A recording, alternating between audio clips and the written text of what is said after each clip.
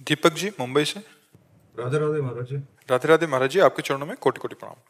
महाराज जी, वृंदावन मथुरा में जो कोई नया व्यक्ति आए उसको दर्शन या संत दर्शन करते समय किन बातों का विशेष ध्यान रखना चाहिए? सबसे पहली बात तो यह है कि नाम नहीं छूटना चाहिए, क्योंकि यही आपकी बुद्धि को शुद्ध रखेगा। और यहाँ किसी के भी दोष दर्शन न करें, क्योंकि हमारी दृष्टि मायामयी है, तो हमको स्त्री दिखाई देगा, पुरुष दिखाई देगा। जब स्त्री पुरुष जड़ चैतन्य दिखाई देगा तो उसकी गलतियां भी दिखाई देंगी।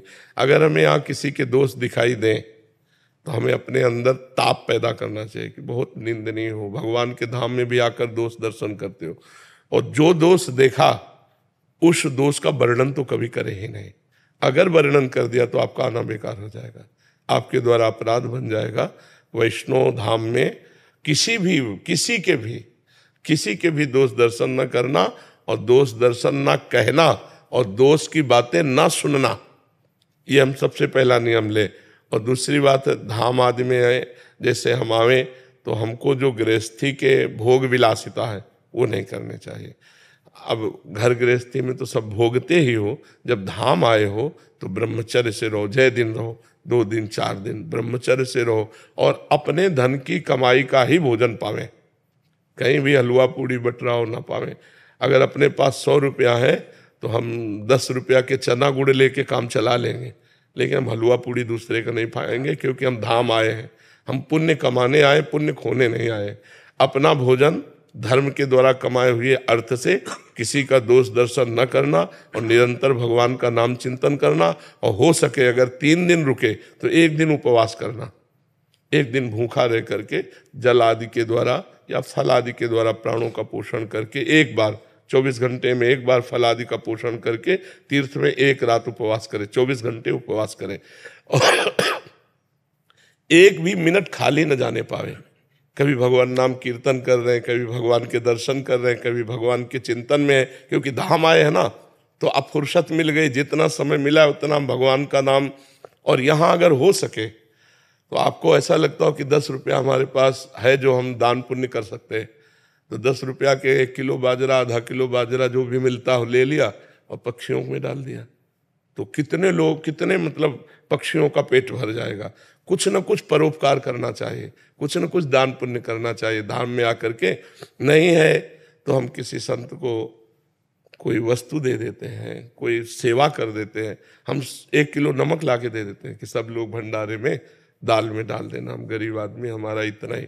अगर परोपकार की भावना से, पुण्य की भावना से, भगवत भावना से, आप किसान हो, आप मेहनत करते हो, आप व्यापारी हो, और थोड़ा भी आकर कोई जान ना पावे, छपाओ मती, छुपा के कोई नहीं जान पाया, और आप पुण्य करके चले गए, नाम जप करके यहाँ चले गए, कोई अपराध नहीं किया, तो आपको भगवत प्राप्ति में सहयोग करेगा। ये आपके दुखों को मिटा करके सुख प्रदान। बहुत जगह भंडारे, यहाँ रास्ते में कोई हलवा पूड़ी नहीं, कदापि नहीं, आपको लेने का अधिकार नहीं। आप गृहस्थ हैं, आप खुद कमाते हैं, तो ऐसे करने का अधिकार नहीं, ऐसे करने का अधिकार।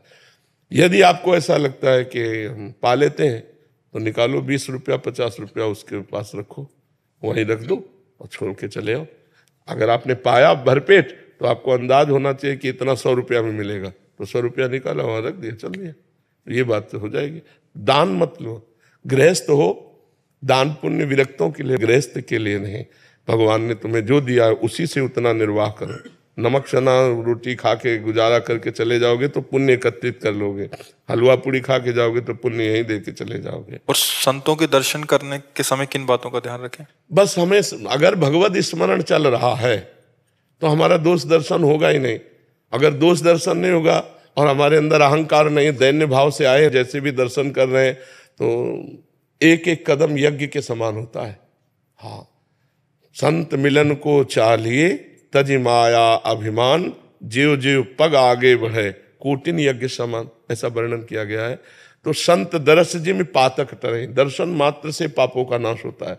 पर हम संत को भगवान का भाव रखें, मनुष्य ना माने तब। जैसे एक पत्थर है जिसे हम पत्थर मानते हैं, और एक पत्थर है जिसे हम भगवान मानते हैं।